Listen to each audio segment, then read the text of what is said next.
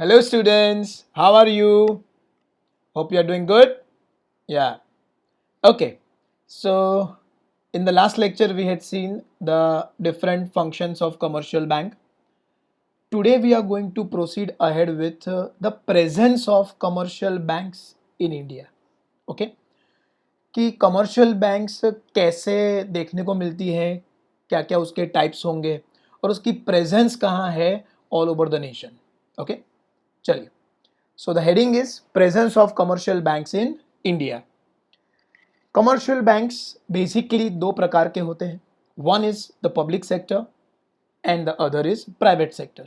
Since we very well know that Indian economy is a mixed economy, जहाँ पर public sector का भी एक रोल है और private sector का भी एक रोल है. Because we are not into totally socialist economy or not totally into a capitalist economy. So here banks are also given that freedom कि उसमें गवर्नमेंट भी इन्वेस्ट कर सकती है और हमारे आपके जैसे लोग भी इन्वेस्ट कर सकते हैं. Foreign banks have also entered in banking business, which means we allow foreign direct investment, foreign institutional investment even in the banking sector in India.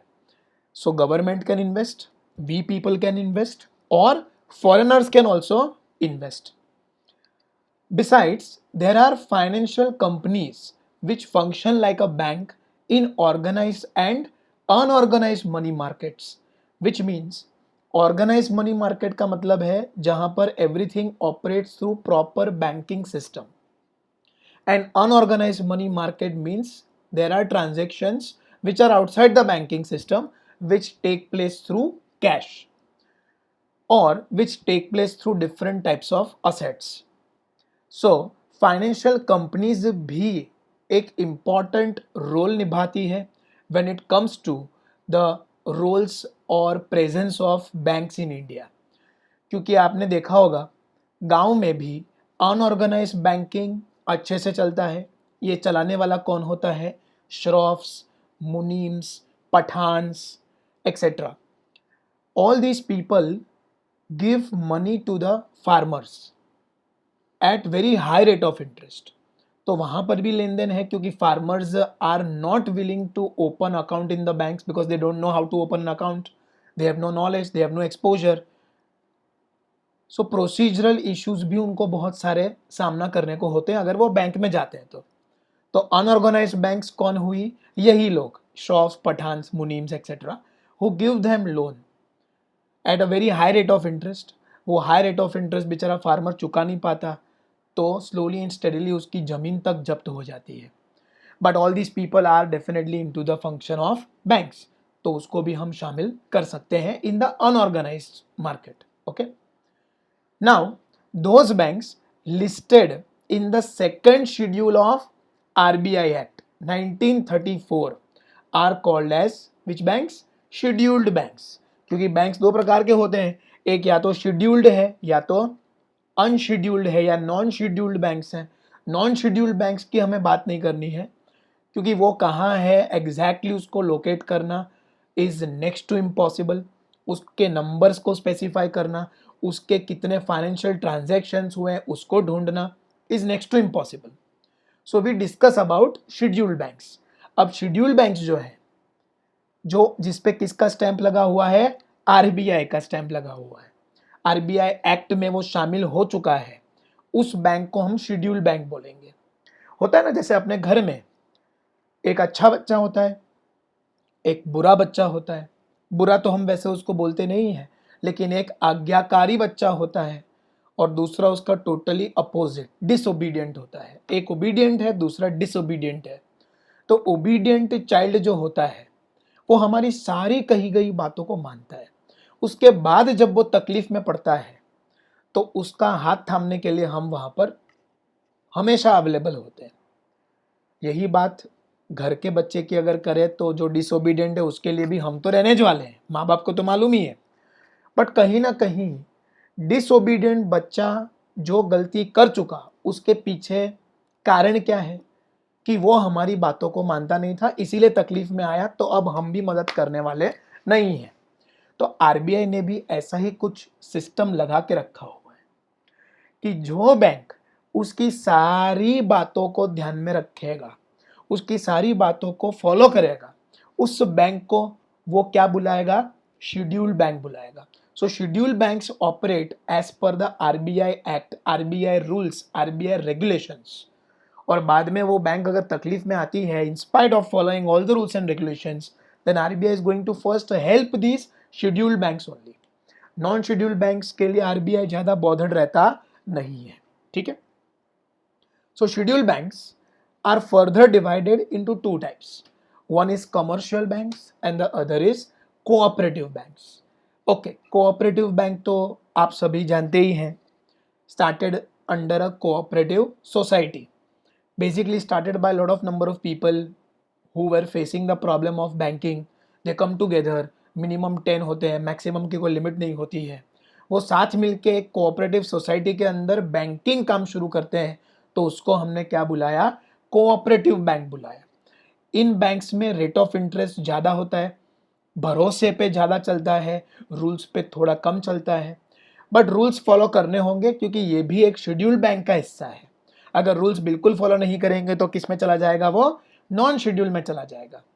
So cooperative banks are also trustworthy from that point of view कि RBI की act में वो शामिल है, scheduled है तो trust वर्दी है. तो ये हो गया कोऑपरेटिव बैंक्स. दूसरा आता है commercial banks. What do you mean by commercial banks? All banks that enter into any kind of commercial banking activity. They perform activity with the objective of earning, yes, profit. So ऐसी banks को हम क्या बुलाएंगे? Commercial banks बुलाएंगे. इसके वापस 4 classification है. Let us see which are they. First is public sector bank. So tell me, public sector bank में पैसा किसका लगा होगा? गवर्नमेंट का. ज्यादा पैसा किसका लगा है? गवर्नमेंट का. ओनरशिप किसकी है? गवर्नमेंट की है. तो ऐसी बैंक को हम क्या बुलाएंगे? Public sector bank. जो ओवरऑल पूरे नेशन में कितनी है? 12 बैंक्स है. लास्ट ईयर तक ये 16 बैंक थी, 4 बैंक मर्ज हो गई बड़ी पब्लिक सेक्टर बैंक्स में, तो अब खाली 12 ही बैंक्स है. Public sector banks all over the nation. When I say 12 banks all over the nation does not mean 12 branches. 12 banks, 12 अलग नाम की बैंक्स है. इनकी ब्रांचेस तो बहुत सारी होगी all over the nation. Then comes private sector bank, जो टोटल कितनी है? 22 है अपने देश में. ठीक है. Then comes foreign banks working in India. मतलब है बैंक फॉरेन की, लेकिन बैंकिंग एक्टिविटी कर कहाँ रहा है? इंडिया में. क्योंकि हमने ऊपर ही डिस्कस किया कि even foreign investments are allowed in the banking business. Then comes regional rural banks. अच्छा, फॉरेन बैंक्स कितनी थी? 45 all over India. 45 foreign banks ऐसी हैं जो इंडिया में ऑपरेट हो रही हैं. इनकी ब्रांचेस रिलेटिवली कम है. ठीक है, as compare to public sector and private sector banks, but ये अवेलेबल है. रीजनल रूरल बैंक्स, तो ये टोटल बैंक्स कितनी है? 56. Now what do you mean by? See, नाम में ही मतलब छुपा हुआ है. रीजनल रूरल बैंक मतलब such bank which belongs to the rural area and it is a regional bank, which means it may be local or it may be operating in other cities, means regional. तो इसका जो work of operation है वो सीमित है only under a particular state. State के बाहर नहीं जाता. क्योंकि हमने last year types of businesses from geographical point of view पढ़ा था, इफ यू रिमेंबर. तो 4 प्रकार के बिजनेस पॉसिबल थे, 4 प्रकार के मार्केट्स पॉसिबल थे. Markets local, regional, national and international. तो ये कौन सी बैंक्स है? रीजनल लेवल की बैंक्स है, मतलब एक स्टेट के आगे बढ़ने वाली नहीं है. सो commercial banks are divided into 4 categories. Which are they? First, public sector. Second, private sector. Third, foreign banks working in India. And the fourth is regional rural banks. जिनके टोटल संख्या कितनी है? ऐसी कितनी बैंक्स हैं? 12 पब्लिक सेक्टर हैं, 22 private sector है, 45 multinational that is foreign banks working in India है, और 56 रीजनल रूरल बैंक्स अवेलेबल है. So let us see public sector banks मतलब कौन कौन सी है ना, आइडेंटिफाई कैसे करेंगे उसको। तो जैसे स्टेट बैंक ऑफ इंडिया है, इलाहाबाद बैंक है, देना बैंक है, सेंट्रल बैंक ऑफ इंडिया है, यूनियन बैंक है, all these different types are considered under the public sector. Then private banks like Axis Bank, HDFC bank, ICICI bank, ING Vysya Bank, Yes Bank, कौभांडी bank, ठीक है, South Indian Bank, all these are private sector banks. Then comes foreign banks working in India like HSBC, Citibank, American Express Bank, Standard Chartered Bank, ये सारी foreign banks में शामिल होंगी। Original rural banks के नाम normally हमने सुने नहीं होते। इट्स लाइक प्रगति कृष्णा ग्रामीण बैंक, पंजाब ग्रामीण बैंक। ग्रामीण समझ में आया, ग्रामीण मतलब गांव, गांव मतलब रूरल एरिया, और ये एक स्टेट के बाहर नहीं निकलती, इसीलिए क्या है, रीजनल भी है। इसीलिए हर बैंक के आगे एक रीजन का, एक स्टेट का नाम भी लिखा ही होता है नॉर्मली, ठीक है, fine. So these are the presence of commercial banks in India. तो इसी के साथ हमारा कमर्शियल बैंक वाला टॉपिक समाप्त होता है। अब हम दूसरे टाइप ऑफ बैंक पे जाते हैं। So if you remember lecture 2, banks were divided into two parts, one was commercial and the other was central bank, ठीक है। तो अब हम डिस्कस करेंगे कि what is the central bank of any particular country. अपनी सेंट्रल बैंक के बारे में बाद में डिस्कस करेंगे, पहले ये समझते हैं कि सेंट्रल बैंक का मतलब क्या होता है, उसकी डेफिनेशन क्या होती है। Okay, apex bank of a country is the central bank. So what do you mean by apex? Apex means it is at the top. So if you remember, organization, human body, उसमें top level management, middle level management, bottom level management आता था। Top level management में हम किसको शामिल करेंगे, mind को। Mind controls the entire body. वैसे ही यहां पर भी एक स्ट्रक्चर बना है बैंकिंग सिस्टम में, जिसमें सबसे ऊपर कौन है, Central bank. That is nothing but the apex bank. It controls the entire banking system. अब ये बैंक की जरूरत क्यों पड़ी, तो सीधी सी बात है, फॉर एनी पर्टिकुलर नेशन और any place you need a centralised controlling authority. और बैंकिंग जो पैसों का इतना बड़ा मुद्दा है, उसमें तो हमें डेफिनेटली ऐसा कंट्रोल लाने की जरूरत है ही, क्योंकि पैसा ही सारे फसाद की जड़ है। तो हमें इस फसाद को आगे बढ़ने नहीं देना है, तो उसको सुपरवाइज करने के लिए, कंट्रोल करने के लिए हमें एपेक्स बैंक की जरूरत होती है। और हमें in the sense entire human race, even developed nations need to have control over the money. That can be achieved through apex bank. So any apex bank means is known as the central bank of the nation. It is what? Now the definition. It is an institution, okay, charged with the responsibility. साफ साफ बता के रखा है कि जवाबदारी किसकी है, आपकी रहेगी। Of what? जवाबदारी किस चीज की, मैनेजिंग। वापस गए हम मैनेजिंग पे, मतलब management of, okay, something, of managing what, the expansion and contraction. Sir expansion of demand, contraction of demand, ये डिमांड का बात नहीं है। एक्सपांशन एंड कॉन्ट्रैक्शन ऑफ क्या, ये भी तो देखो, volume of money in the interest of general public welfare, ठीक है। सो it is first of all an institution. It is charged with the responsibility of managing what, expansion and contraction. Expansion and contraction of what, volume of money in the interest of general public welfare. मतलब जो भी कदम central bank उठाएगी वो public के interest के लिए, public के welfare के लिए उठाएगी, ठीक है, fine. So what is the meaning of central bank? First of all, any apex bank of a country is known as a central bank. It is an institution charged with the responsibility of managing what? Expansion, contraction of volume of money, किसके interest के लिए? In the interest of general public welfare. Okay fine. Now Reserve bank of India which is the central bank of our country. Okay, RBI जिसको हम बोलते हैं, ये उसका logo है, we know it. Central bank of India is known as Reserve bank of India. Reserve bank of India act was made in 1934. Independence के पहले ये एक्ट बन चुका था. ठीक है. Reserve bank of India established on 1st April 1935 with a private paid up capital of 5 crores. Important one line answer. MCQs में पूछ सकते हैं कि एक्ट कब बना. तो आरबीआई एक्ट वॉज सेटअप इन 1934, लेकिन हम जानते हैं कि एक्ट बनते ही तुरंत सब कुछ फंक्शनिंग शुरू हो जाएगा, ऐसा नहीं होता. तो यहां पर भी ऐसा ही हुआ कि एस्टैब्लिशमेंट कब हुआ?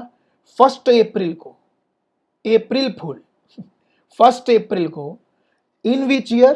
1935. With what? Private paid up capital of 5 crores. So वो पहले से ही इंडिया का सेंट्रल बैंक था, ऐसा नहीं था. ये बैंक भी प्राइवेटली ही इंट्रोड्यूस हुआ था. इन विच ईयर? 1935. जहाँ पे हमारे तुम्हारे जैसे लोगों ने, वो टाइम पे तो ब्रिटिशर्स थे, तो उन्होंने पैसा लगाया, और वो पैसा कितना था वो जमाने में? 5 करोड़ रुपया. उससे ये बैंक अस्तित्व में आया था. ठीक. Okay. It was nationalised on January 1st, 1949. तो after independence we decided to make this bank our central bank. Okay, it was nationalized on January 1st, calendar year का day 1. और कौन सा ईयर था वो? 1949. So remember, RBI Act was established in 1934. RBI was set up in on 1st April 1935 with a paid up capital of rupees 5 crores, and it was nationalized on January 1, 1949. Okay, fine. अब इस RBI को control करने के लिए हमें एक इंसान चाहिए, एक पोजीशन चाहिए, एक पोस्ट चाहिए. तो वो पोस्ट क्या होती है? गवर्नर, जो आप नॉर्मली करेंसी नोट्स पे भी देखते हैं. I promise to pay the bearer the sum of 100 rupees, signed by governor. तो do you know who is the governor? Not right now, right now भी देखेंगे, लेकिन एक्स गवर्नर कौन था? इफ यू रिमेंबर, हमारे गुजराती ही थे, उर्जित पटेल. वो कैसे दिखते थे? ऐसे. ठीक है. So who was the x governor? Urjit Patel. तो अभी सर गवर्नर कौन है? उसका भाई रावजी पटेल. नहीं, ऐसा अंदर अंदर भाई भाई नहीं खेलने का है. Who is the current governor? He is Shaktikanta Das. और वो कैसे दिखते हैं? ऐसे. ठीक है. अभी जो कंट्रोलिंग अथॉरिटी है वो कौन है? सफेद बाल में है वो. और इसके पहले जो कंट्रोलिंग अथॉरिटी में थी वो कौन? जो काले बाल में इंसान है वो. चश्मिश दोनों थे, है ना. ये गवर्नर को सब ध्यान रखना पड़ता है, अभी तो देखना पड़ता है फंक्शंस वगैरह. सो ex governor Urjit Patel and current governor is Shaktikant Das, who control the operations of Reserve Bank of India. ठीक है, fine. So what is Reserve Bank? It's the central bank of our nation. Reserve Bank of India Act was established in 1934. RBI was established on 1st April 1935 with a paid up capital of 5 crores. RBI was nationalized on January 1st, 1949. Ex governor थे Urjit Patel and current governor है शक्तिकांता दास. ठीक है. Governor की information खाली आपके knowledge के लिए है, इसको हमें कुछ लर्न वन करने की जरूरत नहीं है. ठीक है, fine. So we move on to the next one. What are the functions of Reserve bank of India? तो पहले हमने समझा था कमर्शियल बैंक्स, उसके फंक्शंस देखे थे. अब हम समझ रहे हैं रिजर्व बैंक, तो उसके भी फंक्शंस देखने पड़ेंगे. सबसे पहला, functions of Reserve Bank of India are divided again into two parts: monetary functions and non-monetary functions. सो वहाँ पर भी अपन ने देखा था कि functions were divided into two parts, commercial and non commercial. वैसे ही यहाँ पर रिजर्व बैंक ऑफ इंडिया के जो फंक्शंस हैं वो दो हिस्सों में डिवाइडेड हैं, one is monetary function and the other is non monetary function. ठीक है, फाइन। मॉनेटरी फंक्शंस में सबसे पहला आता है currency issue. Okay, so who issues the currency notes in India? Reserve bank of India. Who manufactures currency notes? Reserve bank of India. Fine. अब ये currency issue, तो करेंसी मीन्स व्हाट? ओके, जैसे आपकी स्क्रीन पे आया, 1 रुपए का note आता है। Then you have currency coins which were ranging from 10 paisa, 25 paisa, 50 paisa, 1 rupee, 2 rupee, 5 rupee, nowadays 10 rupees also. 10 rupees के कॉइन्स पे वैसे ज़्यादा भरोसा रखने लायक है नहीं, और आपकी जनरेशन ने तो ये 10 पैसा, 25 पैसा, 50 पैसा देखा ही नहीं है। 1 rupee also is of no value in today's world. खैर, वो भी दिन थे जब 10 पैसे में, 25 पैसे में, 50 पैसे में भी चीज़ों का ट्रांजैक्शंस होता था।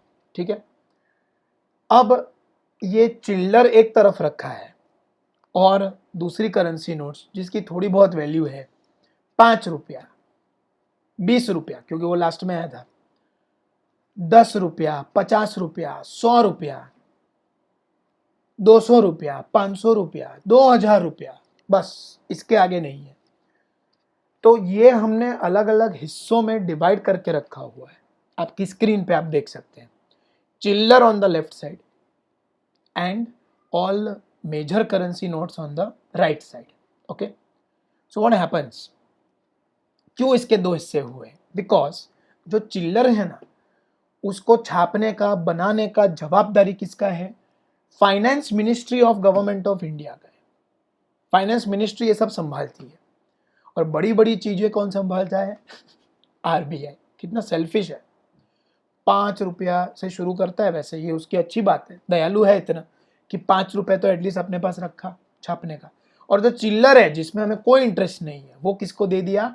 Finance ministry of government of India. So ultimate powers regarding currency coins and 1 rupee currency note belongs to finance ministry and the remaining powers are with RBI, that is Reserve Bank of India. ये currency issue का function ऐसे divided है। Okay, fine. Then okay, any idea of where this currency notes are manufactured? कहाँ बनते हैं currency notes? RBI का manufacturing plant कहाँ है? Any idea? सर, दिल्ली में होगा। Delhi is the capital, but capital मतलब capital of the nation, not that capital कि सारा पैसा वहीं पे मिलेगा।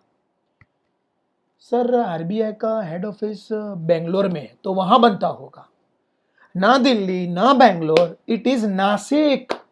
नासिक में उसका मैन्युफैक्चरिंग प्लांट है आरबीआई का, जहां पे करेंसी नोट्स मैन्युफैक्चर होते हैं। सुपर्ब सिक्योरिटी सिस्टम्स वगैरह उसकी होती है। लेक्चर में टाइम कम है, नहीं तो हम उस पर भी जाते। खैर, so currency notes are printed where? In Nashik. Nashik कहाँ पे आया बेटा? महाराष्ट्र में। ठीक है, fine. Then we proceed ahead. Second role is what? It acts as a banker to the government. अच्छा, मेरी बैंक एचडीएफसी बैंक, आपकी बैंक आईसीआईसीआई बैंक, किसी और की bank maybe SBI bank, government की कौन सी bank? RBI, reserve bank of India. Multiple roles निभाते हैं। जैसे आप देख सकते हैं स्क्रीन पे आपके सामने एक ऐसा इंसान है जिसके बहुत सारे हाथ हैं, indicating that this person is entering into multitasking. वैसे ही RBI performs multiple roles for the government because it is the banker to the government. Fine. सबसे पहला रोल तो है ही कि भाई it is a banker. Banker हर वो काम करेगा, हर वो बैंकिंग एक्टिविटी करेगा, लेकिन यहां पर आरबीआई किसकी बैंक बन के रह जाएगा? गवर्नमेंट की। It can also act as an adviser. Government को कभी कोई दिक्कत आ गई, कोई फाइनेंशियल एडवाइस चाहिए, तो वो किसके पास जाएगा? आरबीआई के पास जाएगा। It also acts as an agent, क्योंकि बैंक्स जो अपनी कमर्शियल बैंक से they were acting as our agent, याद आया ना? We were making payment through the banks. वैसे ही यहाँ पे गवर्नमेंट को अगर किसी एजेंट की जरूरत है तो वो काम भी कौन कर देगा? आरबीआई परफॉर्म कर देगा। गवर्नमेंट के काफी सारे काम, printing of new currency note से लेकर बहुत सारी पॉलिसीज में, हर जगह कहीं ना कहीं RBI acts as an intermediary. Intermediary means it acts as an agent. ठीक है। फिर manage currency coins and notes. पहले वाले में क्या था? करेंसी इशू, वो अलग था। इशू करने के बाद उसको मैनेज भी तो करना पड़ेगा ना, कि भाई कब कहाँ कितनी करेंसी नोट्स हम छापेंगे, क्योंकि demonetisation was a very big step taken by government of India, जिसमें डेफिनेटली आरबीआई का सहयोग था ही। अब क्या सोचकर गवर्नमेंट ने 2000 रुपीज के नोट्स मार्केट में फ्लोट कर दिए? क्वेश्चन उठा था मीडिया में तब कि now corruption will become even easier, क्योंकि पहले तो 1000 रुपए के नोट थे, अब 2000 के नोट है, तो जितना ब्लैक मनी आधे स्पेस में हम स्टोर कर पाएंगे। But RBI had this thing in mind कि एक झटके में हमने सारी करेंसी नोट्स को बेकार कर दिया, डीमोनेटाइज कर दिया, तो अब पब्लिक के पास पैसा हमें फटाफट पहुंचाना पड़ेगा।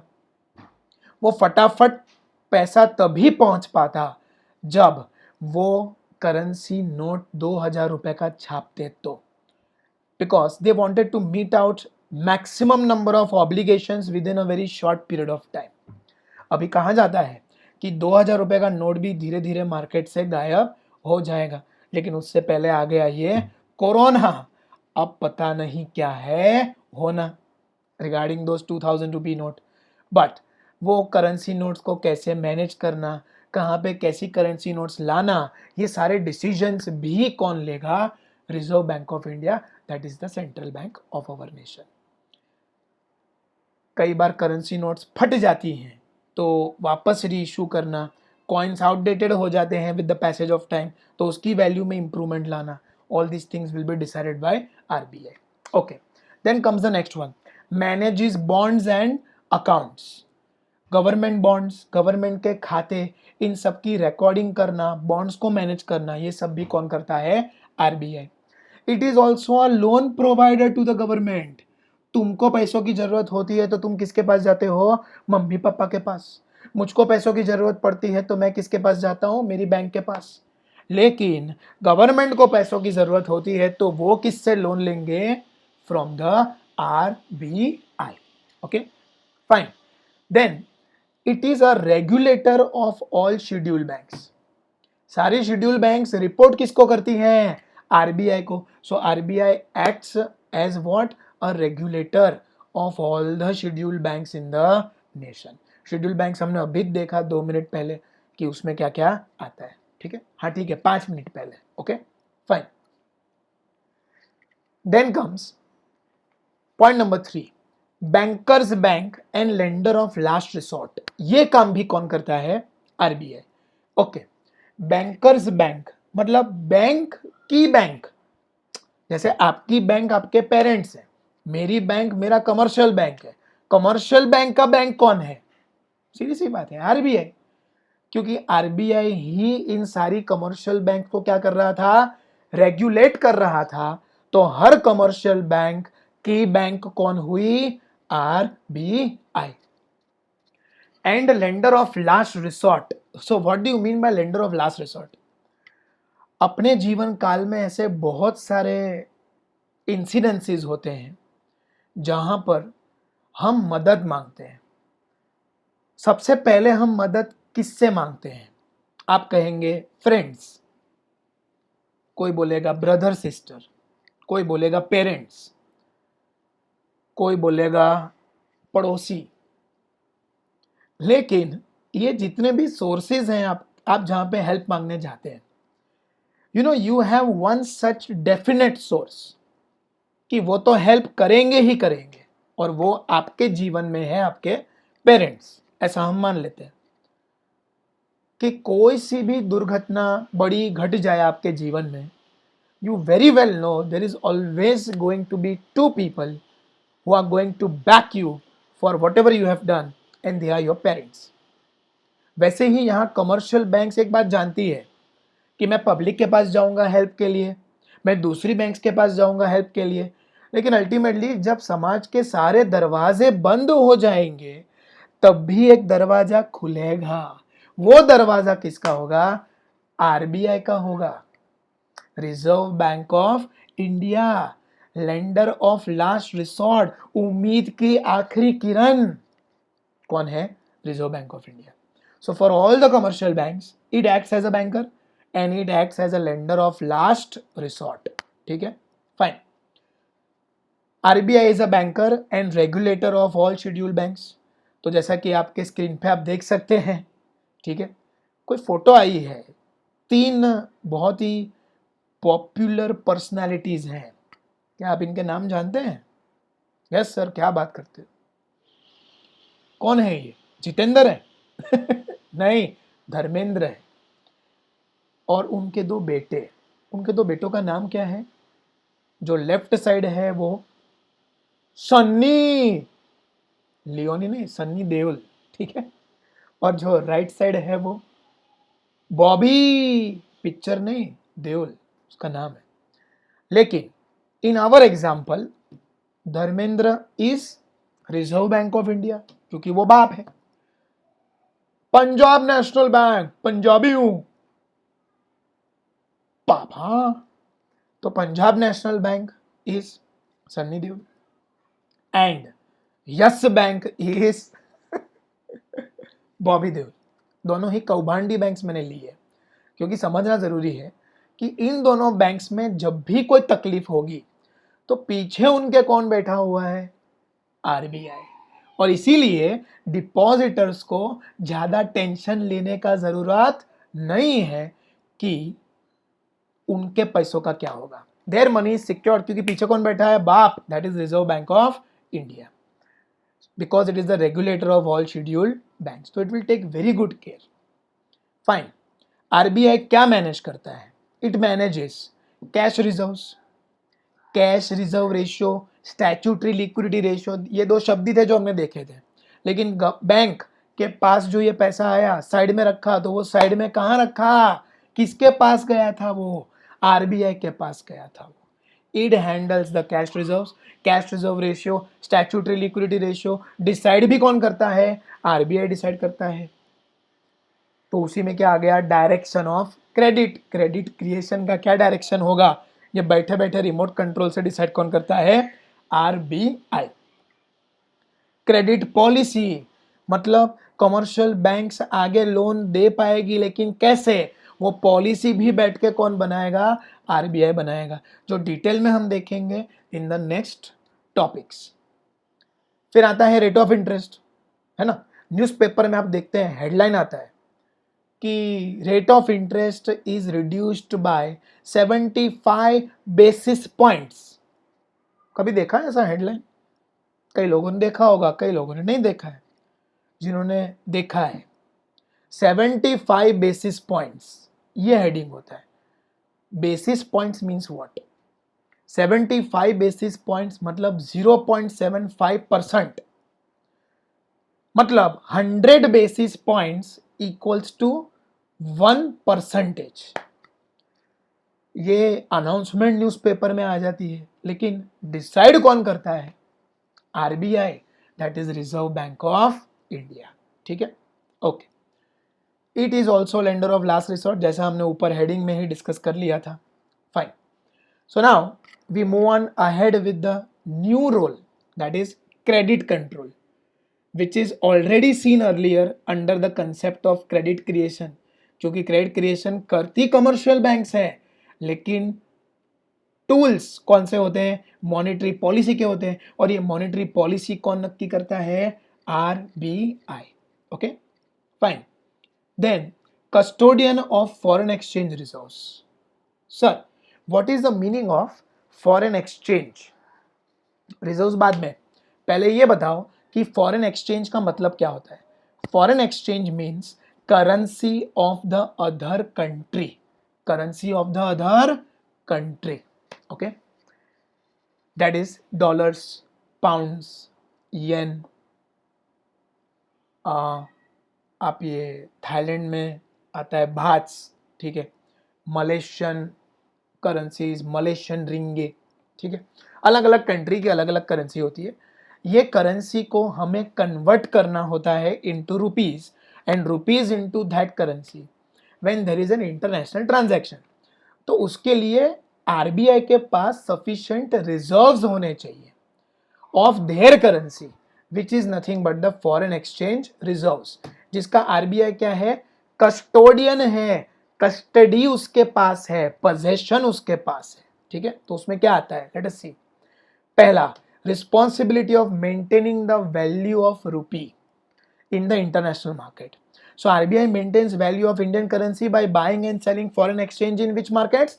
Open markets. तो ये मार्केट्स कहां पे है, इंटरनेशनल लेवल पे ये ऑपरेट होते हैं, ठीक है। जैसे डॉलर और रुपी के बीच में क्या स्ट्राइक होना चाहिए, बैलेंस।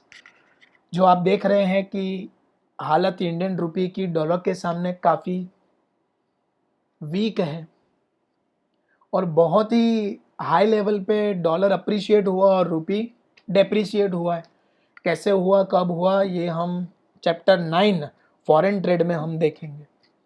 फिलहाल हम ये समझ लें कि हमें एक बैलेंस बना के रखना है बिटवीन डॉलर एंड रुपी।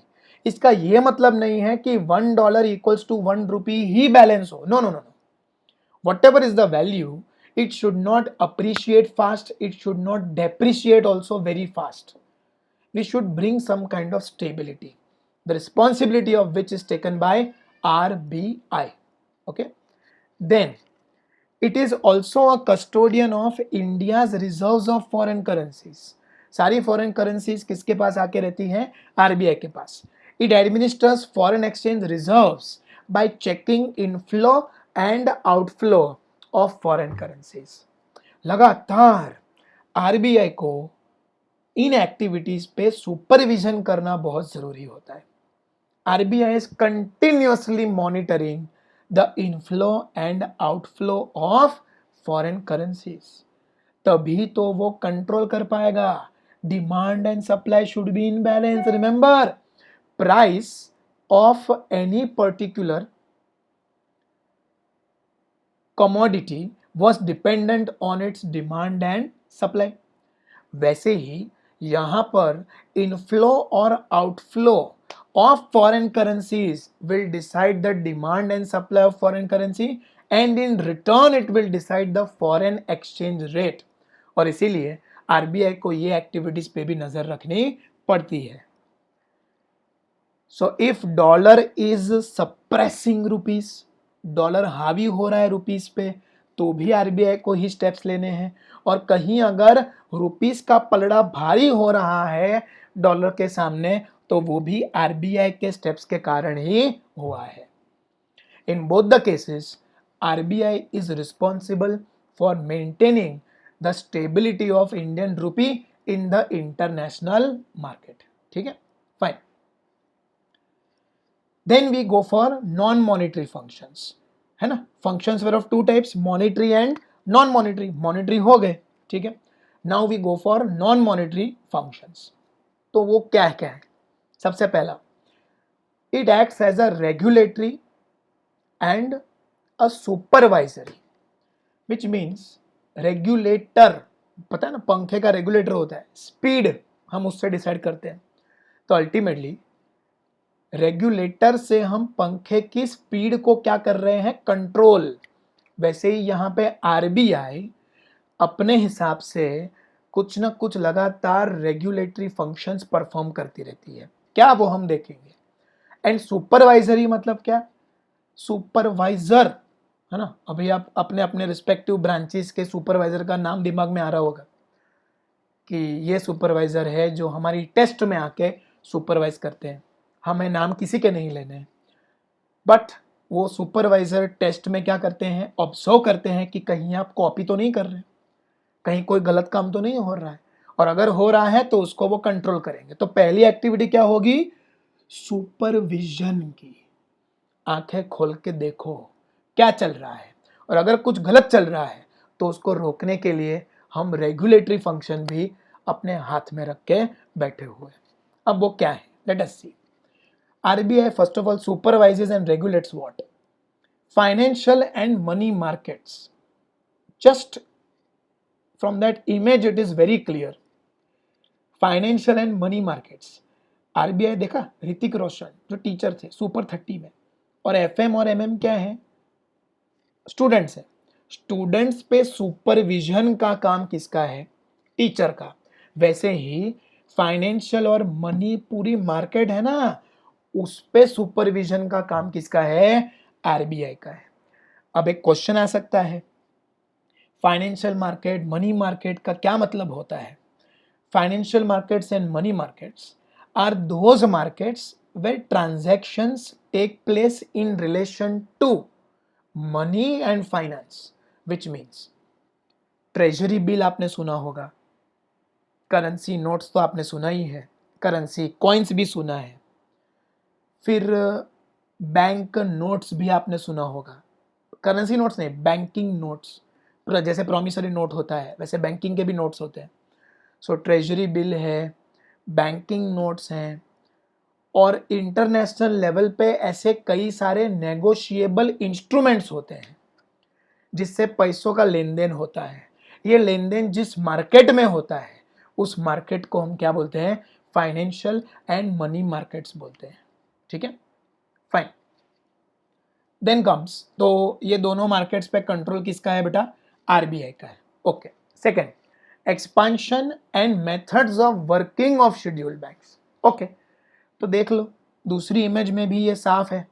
जितनी भी शेड्यूल्ड बैंक्स हैं वो किससे गाइडेंस लेती है? आरबीआई से. ही हम पहले भी देख चुके थे.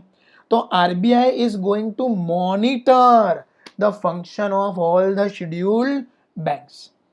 उनका एक्सपांशन कैसे करना, विकास कैसे करना, उनकी जो मेथड्स हैं उसमें कुछ गलत तो नहीं कर रहे हैं वो, उसको देखना, उसको गाइडलाइंस देना, वो सारा काम कौन करेगा? आरबीआई करेगा. ठीक है. So all scheduled banks will get time to time guidance regarding expansion and their regular methods of operating from which bank? RBI. Okay. Then comes working of non banking finance companies and cooperative banks. तो जैसा मैंने कहा था, discuss किया था पहले कि कुछ फाइनेंशियल कंपनीज होती है. क्या होती है? फाइनेंशियल कंपनीज जो बैंकिंग एक्टिविटी नहीं करती लेकिन फाइनेंस का लेन देन करता है. सो वहां जाके आप अकाउंट नहीं खोल सकते लेकिन वहां से आप लोन जरूर ले सकते हैं. Short term loan, personal loan, car loan, education loan, marriage loan, ये सारी लोन्स वो फाइनेंशियल कंपनीज प्रोवाइड करती है, लेकिन इनका बैंकिंग से कोई नाता नहीं जुड़ा होता. तो इसीलिए हम उनको क्या बोलते हैं? Non banking but financial companies. ये भी किसके अंडर आती हैं? आरबीआई के अंडर. उनकी भी एक्टिविटीज ये सुपरवाइज करते हैं. और कोऑपरेटिव बैंक्स तो आते ही थे, हमने पहले ही देख लिया था कि शेड्यूल्ड बैंक्स के दो तरह थे, दो टाइप्स के थे, commercial banks and cooperative banks. और नॉन बैंकिंग फाइनेंस कंपनीज भी उसी लिस्ट में हमने देखा था कि आरबीआई के अंडर ही आता है. So RBI supervises what? Okay. ये जो नॉन बैंकिंग फाइनेंशियल कंपनीज है और कोऑपरेटिव बैंक्स है उसके लिए वो तीसरा पिक्चर आगे दिखाना रह गया था. सो क्या कर रहा है वो teacher? NBFC. RBI is the teacher, NBFC is the student. So RBI NBFC के कान में एक क्वेश्चन था जिसका आंसर डाल रहा है, और वही चीज हमें यहाँ पे ऑब्जर्व करनी है कि कुछ भी पैसों का लेन देन हुआ, चाहे वो किसी भी फॉर्म में हो, वो टीचर से बच के नहीं जा सकता. दैट इज आरबीआई से बच के नहीं जा सकता. और पीछे देखो कौन बैठा हुआ है? कोऑपरेटिव बैंक्स भी बैठे हुए हैं. So every particular bank, every particular financial activity is being supervised by who? RBI, that is Reserve Bank of India. ठीक है, fine. Then comes promotional functions. Okay, so what do you mean by promotion? Promotion means to promote something. Now there is a lot of ignorance regarding banking activities, opening of bank accounts, etc. in India, जिससे organise market तो ठीक है develop हो रहा है, लेकिन unorganised market भी अभी काफ़ी अच्छा खासा डेवलप्ड है. because people are not willing to operate their transactions only through the banks. अभी भी कैश कैश कैश है. So let us understand that through the first line. Due to many people not holding a bank account and operating through unorganized markets, it is difficult to know exact value of transactions, value of money and national income. तो ये कौन लोग हैं?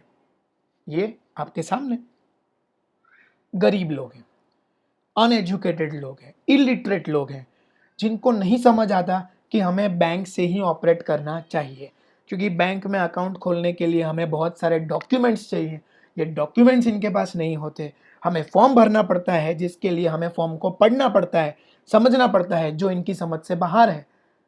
तो we need someone to guide them, we need someone to motivate them to open the bank accounts.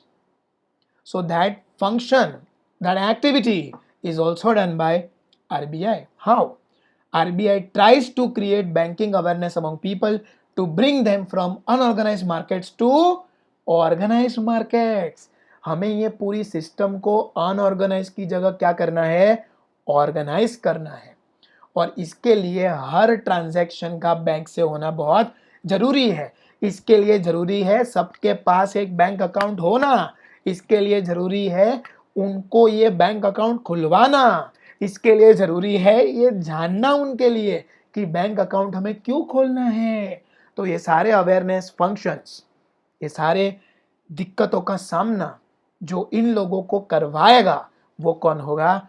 RBI होगा. It tries it's level best by creating awareness. जैसे आप उस पिक्चर में देख रहे हैं कि एक लेडी है, she is coming from RBI representing the banking sector and she is trying to create awareness amongst the people कि बैंक अकाउंट हमें खुलवाना चाहिए. It encourages expansion of branches in rural areas. तो देखो तीसरा पिक्चर, पीछे क्या है? खेत है. खेत के बाजू में क्या है? बैंक है. ध्यान से देखो, भारतीय स्टेट बैंक मतलब स्टेट बैंक ऑफ इंडिया है.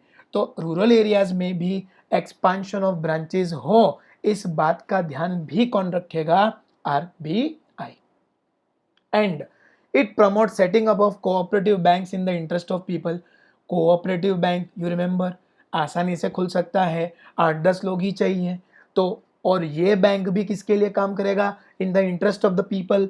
सो कोऑपरेटिव बैंक्स को स्टार्ट करना, लोगों के हित में ये काम करना, ये भी कौन करवाएगा? RBI, that is the Reserve Bank of India. So it performs the function of creating awareness among people and promoting banking activities also. Okay, then comes the third role, that is financial inclusion and development. पता है ऐसा बहुत बार होता है कि घर में कुछ सामान आया, वो मान लेते हैं चॉकलेट्स हैं, तो हर फैमिली मेंबर को ये चॉकलेट मिलना चाहिए. इस बात का ध्यान रखने के लिए हेड ऑफ द फैमिली पहले से ही उन चॉकलेट का डिस्ट्रीब्यूशन करके फ्रिज में रख देते हैं कि ये ए का, ये बी का, ये सी का, ये डी का. Because everybody wants to be included. Everybody wants that whatever thing has come for the entire house and we are also a part of the house, so we should get benefit of that. अफसोस से कहना पड़ रहा है कि जिनके bank account नहीं है वो इस पूरी फाइनेंशियल अरेंजमेंट से ही बाहर हैं. इनको हमने इंक्लूड किया ही नहीं है, ना ही वैल्यू ऑफ मनी के टाइम पे, ना ही नेशनल इनकम कैलकुलेट करते समय, ना ही गवर्नमेंट के कोई बेनिफिट देते समय. क्यों? क्योंकि गवर्नमेंट को मालूम ही नहीं है कि इतने सारे लोग हैं, क्योंकि उनका कहीं पर कोई ट्रैक रिकॉर्ड बैंक अवेलेबल ही नहीं है.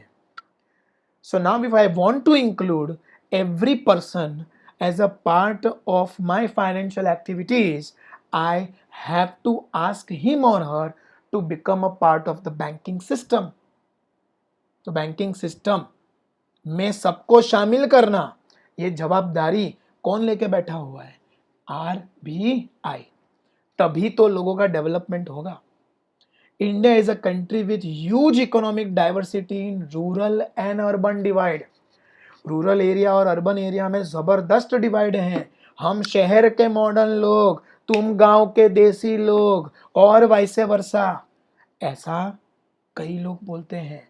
शहर के लोगों को घमंड होता है कि हम तो शहर के हैं, we are the people living in the cities bro. No, they are also from village, and rural India is also equally important for the development of the nation. Don't forget that. And as a result, we need to give importance to both urban area as well as rural area. Urban area में तो banking है, rural में नहीं है, ऐसा नहीं चलेगा। सब जगह बैलेंस डेवलपमेंट करना पड़ेगा, जिसके लिए हमें इन सभी को इंक्लूड करना पड़ेगा इन the banking system. Second, RBI continuously makes efforts to provide special facilities to priority sectors like agriculture, small scale industries, self-employed people, traditional and cottage industries। देख रहे हैं आप, ये सारी एक्टिविटीज कहाँ पे होती थी? रूरल एरियाज में। Agriculture, small scale industry, self employment, traditional cottage industries, इन सभी एक्टिविटीज के कारण ही रूरल एरिया डेवलप हो रहा है। And don't forget, beautiful India is a rural India, actual India is a rural India. हमें शहर में कन्वर्ट नहीं करना है सबको, गांव में ही ऐसा डेवलपमेंट, ऐसा विकास लाना है कि वो लोग को शहर आने की ज़रूरत ना पड़े, ना ही विलेज को हमें शहर में कन्वर्ट करने की ज़रूरत पड़े। क्योंकि आज आप देख रहे हैं शहरों की ही हालत कितनी ख़राब है due to lot of pollution, urbanization, और इसीलिए शहर सारे पैक हैं। गांव में जाके देखो, काफ़ी फ्रीडम लोग एंजॉय कर रहे हैं, कोरोना से काफ़ी हद तक वो लोग मुक्त हैं, बिकॉज वहाँ पर एक्टिविटीज़, लोगों का आना जाना उतना होता ही नहीं था, शहरों में ही मैक्सिमम होता था। There was an imbalance. हमें इस इम्बैलेंस को रेक्टिफाई करना है, और इसीलिए दोनों इलाकों को डेवलप करना ज़रूरी हो जाएगा। सो all the activities taking place in the rural area, whether it is industry, small scale industry, cottage industry, tiny industry, okay, or it is agriculture industry, or it is agricultural activity maybe, or it's a self employment, ये सारी activities को ध्यान में कौन रखता है? RBI, and it gives finance to develop these activities. Then RBI also manages the prime minister Jan Dhan योजना। जन धन योजना बहुत ही पॉपुलर योजना थी। अगस्त 2014 में ये आई थी, 2014 August. This was introduced by Narendra Modi government, BJP,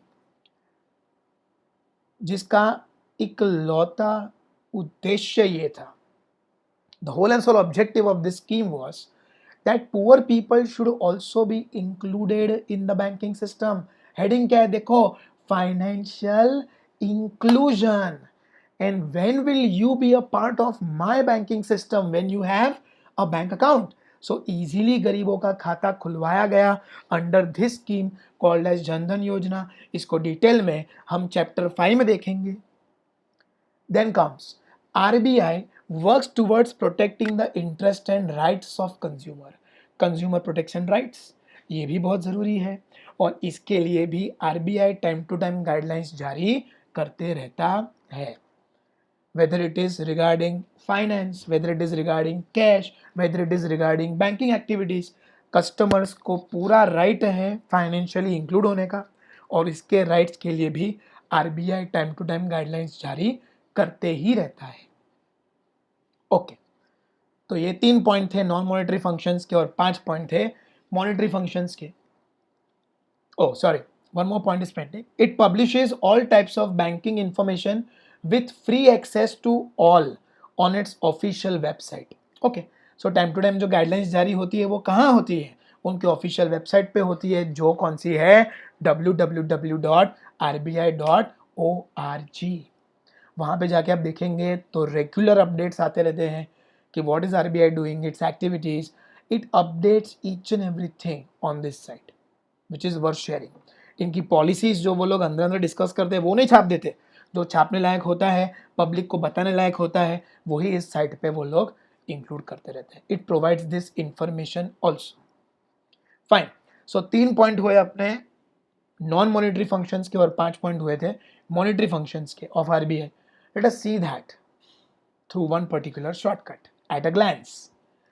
functions of RBI, monetary functions, because of money जो होते हैं वो मॉनेटरी फंक्शंस होते हैं, तो उसका शॉर्टकट है because of money I see Babhal C, you also see, I see Babal see, because of what?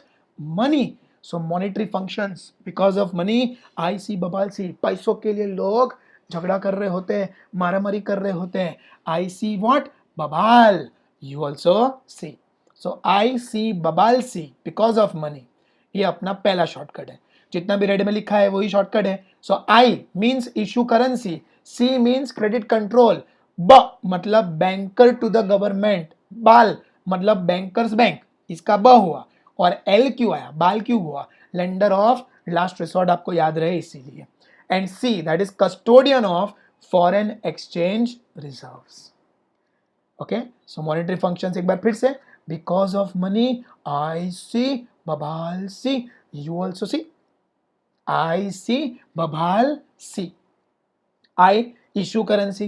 C credit control. B banker of the government. B bankers bank and lender of last resort. And C custodian of foreign exchange reserves. Fine.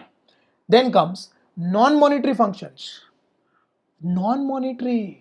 Who does not care for money? तो आप देख सकते हैं left side monetary था वो blue में था, तो बिकॉज ऑफ मनी क्या था ब्लू में.